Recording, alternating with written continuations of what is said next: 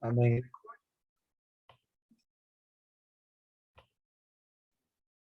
Buenos días, amados hermanos.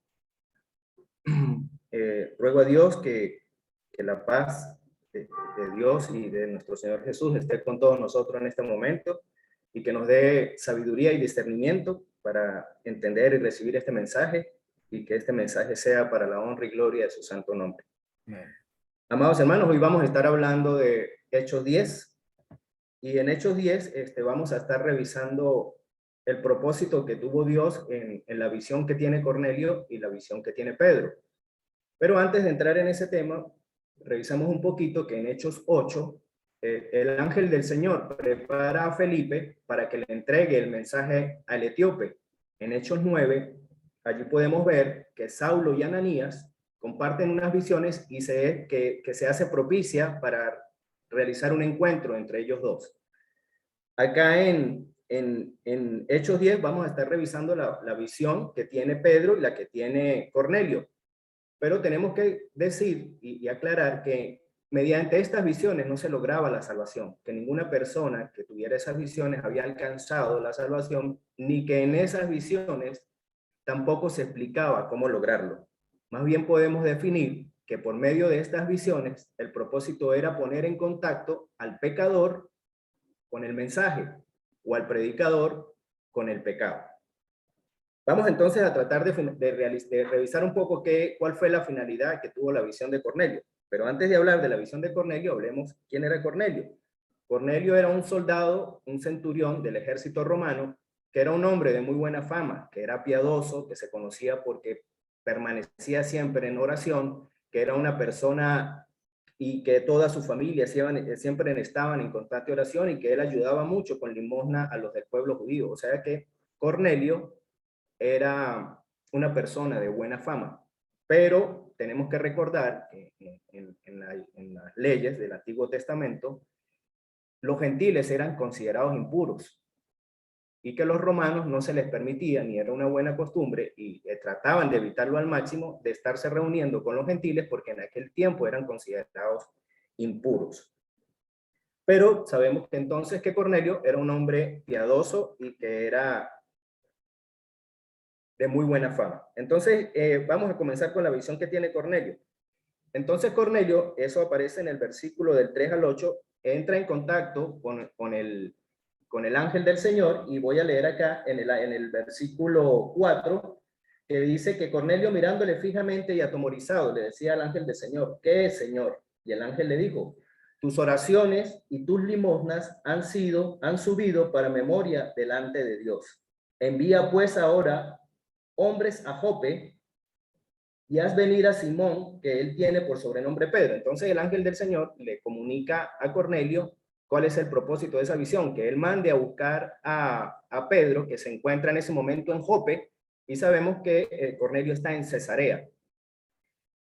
Entre la comitiva que envía Cornelio para buscar a Pedro, envía a un soldado, envía a varios de sus criados, pero también envía a un soldado que era un soldado devoto, pero también en ese momento era considerado impuro. Mientras todo eso estaba sucediendo, nos encontramos que Pedro estaba allá en Jope, y Pedro también se sube a una azotea y tiene hambre, y él tiene una visión particular. En esa visión vemos que Pedro ve que desciende del cielo un mantel o una tela gigante que está atada por los cuatro costados, y en el centro contenía todo tipo de animales. La voz le dice a Pedro, eso recordemos antes que también en las leyes antiguas, así como los gentiles eran considerados impuros, también en las leyes del Torah habían algunos animales que eran considerados impuros y que los judíos se cohibían de comer, ¿ok? Por obediencia a la ley. Entonces, en ese mantel que cae del cielo, atado por todas las puntas, aparece un grupo de animales en el centro de ellos, y hay una voz que le dice a Pedro: mata y come. Y Pedro renuncia, y Pedro responde que él no puede comer nada que sea considerado impuro, que él no va a comer de esos alimentos, a pesar de que Pedro en esa visión sentía hambre, ¿no? Entonces, pero el Señor le dice: tú no conviertas en impuro lo que yo ya he purificado. Bueno, ya nosotros actualmente sabemos que Dios terminó con todas esas restricciones dietéticas, Pero Pedro, en aquel momento, en el contexto en que estamos hablando, él todavía consideraba que esos animales eran impuros. Pero entonces surge las preguntas en Pedro y él no sabía cuál era el propósito de esa visión, él no entendía si esa visión estaba relacionada con los alimentos o tenía un significado un poco más profundo. Pedro todavía estaba tratando de discernir eso y quizás hasta Pedro recordó aquellas palabras que en Mateo 7 Jesús decía, que lo que contamina al hombre no es lo que entra en su boca, sino lo que sale por él. Entonces, mientras Pedro estaba en todo en esa confusión o tratando de resolver esa visión y ver cuál era el propósito que Dios le estaba dando, en ese momento llega de Cesarea, llegan los hombres y claro, Dios le dice anteriormente a Pedro que iba a llegar Cornelio, lo iba a enviar a buscar y que venía una gente con él, que los recibiera porque él los había enviado. Entonces, bueno, cuando Pedro termina su visión, llega esta gente a buscarlo y entonces Pedro los recibe. Pedro lo recibe y otra cosa que Pedro como buen judío no hubiese hecho y que ya siendo obediente del conocimiento que había adquirido de Jesús, vemos que Pedro hospeda, porque sabemos que de allá de Cesarea salió en la comitiva, salió un soldado que era de confianza de Cornelio y Pedro, ya evitando esas restricciones y entendiendo un poco más de lo que era el amor que Jesús les había enseñado, él hospedó en su casa a ese gentil, a ese soldado que venía en la comitiva que envió Cornelio. Entonces, bueno, Pedro se va al día siguiente, Pedro se va con toda esa comitiva y se van a la casa de Cornelio. Pedro también sale ahora a Cesarea, salen de Jope a Cesarea, que más o menos para darles un poquito de información para cultura general, entre Cesarea y Jope hay una distancia aproximada de 62 kilómetros. Y Jope hoy día actualmente se llama Jafá y es un suburbio meridional que está en Tel Aviv. Ocupa un área más o menos de 52 kilómetros cuadrados, o sea, es un pueblo pequeño. Eso es Jope actualmente, ¿ok? Entonces, bueno, Pedro parte con la comisión que envió Cornelio, más él se lleva por lo menos a 6 personas de la iglesia de Jope y se van al encuentro con Cornelio. Cuando llegan a la casa de Cornelio, aquí hay un hecho importante a resaltar y que es importante para nosotros como cristianos también revisarlo porque también nos está enseñando un poco acá. Cuando Pedro llega a la casa de Cornelio, lo primero que hace Cornelio es arrodillarse, agacharse y recibir a Pedro. Y Pedro le dice, no, por favor levántate, yo soy un hombre como tú. Aquí Dios nos está corrigiendo algunas posturas o costumbres de hombres que tienen algunas religiones que incluso hacen que te arrodilles, te hinques y te ponen un anillo para que hasta le beses el anillo. O sea, aquí Dios nos está mostrando a través de Pedro que compartió con Cristo y que llevó el evangelio, nos está diciendo que eso no es correcto, que esa reverencia, ese tipo de recibimiento es solo para nuestro Señor, ¿ok? Solo para Dios. Entonces, bueno, ya todos reunidos Cornelio, reunido Pedro, estaba todos los allegados y familiares de Cornelio y habían ido también la delegación que había llevado Pedro, que eran personas de la iglesia de Jope. Entonces Pedro toma la palabra, hermanos.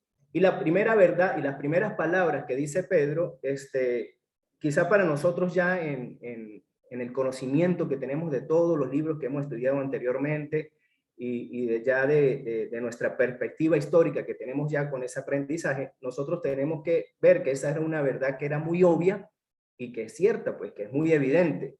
Pero quizá para Pedro y la gente que estaba reunida en ese momento era un poco hasta revolucionario.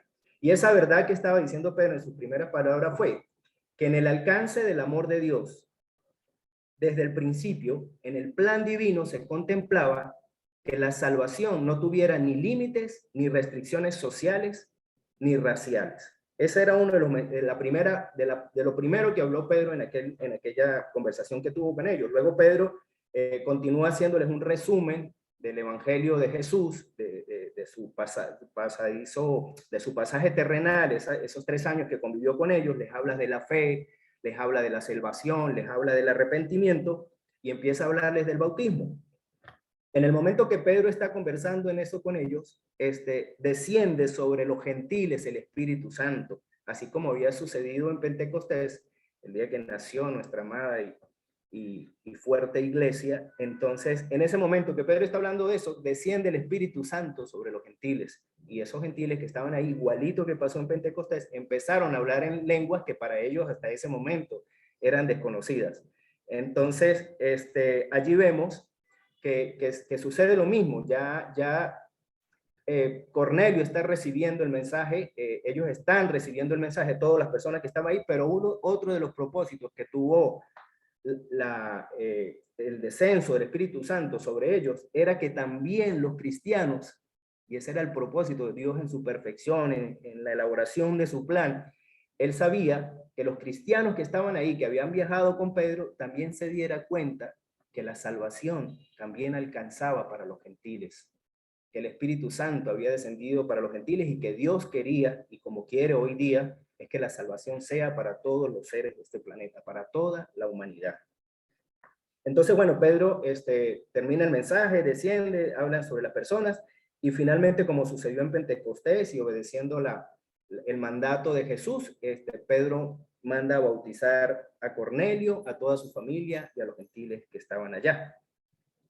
Pellizcando un poquito más para el hermano que mañana va a hablar un poco de Hechos 11, allí nos vamos a dar cuenta de las reacciones que hubo en la iglesia de Jerusalén cuando se enteraron de todo esto. Pero bueno, eso mañana lo vamos a saber. Hermanos, nosotros, el mensaje de hoy es, y se me olvidó decirlo al comienzo, que tiene un título que se llama Dios no hace acepción de personas. Y sabemos que desde el amor de Dios y de su alcance, en el plan divino de salvación, Él contemplaba esa salvación para todo el mundo, sin restricciones, sin límites y sin restricciones sociales ni raciales.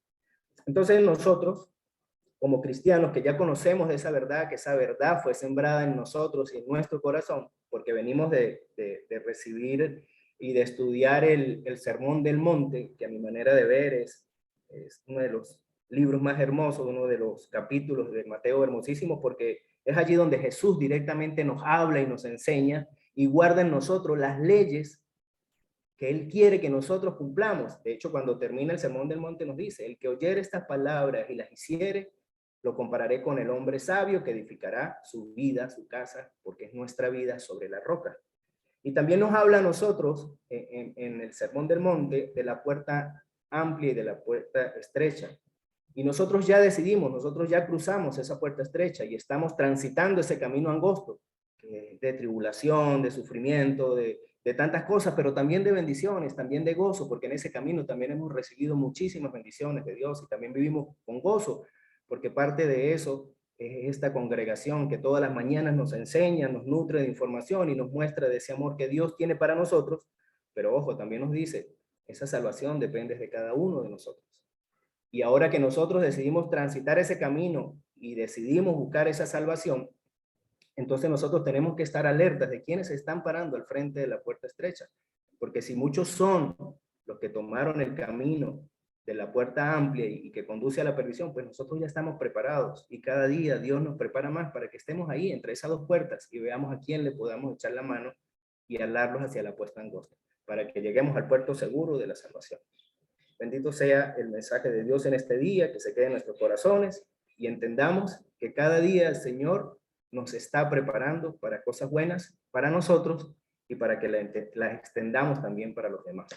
Vamos a orar, hermanos. Amado Dios, Padre Santo, bendito sea tu nombre. Tú eres grande, Señor, y nos has demostrado tu amor siempre, Padre mío. Siempre nos has demostrado que nos amas y que tu único propósito, Señor, es que nos apartemos del pecado y consigamos, Señor, llegar a la salvación juntos, todos como iglesia, amado Dios. No permitas nunca, Señor, que el pecado entre en nuestras vidas y que nos saque de esta decisión, Señor, que ya tomamos basada en la fe y en el amor que te tenemos y en ese amor que tú siempre derramaste sobre nosotros, partiendo desde la cruz, Señor, para que nunca nos desviemos, Señor, y lleguemos siempre a estar contigo. Bendice esta congregación, bendice a estos hermanos, sigue fortaleciendo, Señor, este ministerio del Café con Dios, para que sigamos creciendo, Señor, en nuestra fe, en nuestras convicciones, pero también seamos capaces de brindarle la salvación que tú tanto quieres al que no te conoce todavía. Te amamos, te alabamos, te bendecimos en el nombre de Cristo Jesús, tu amado Hijo, nuestro Señor, Salvador y Redentor. Amén. Gracias.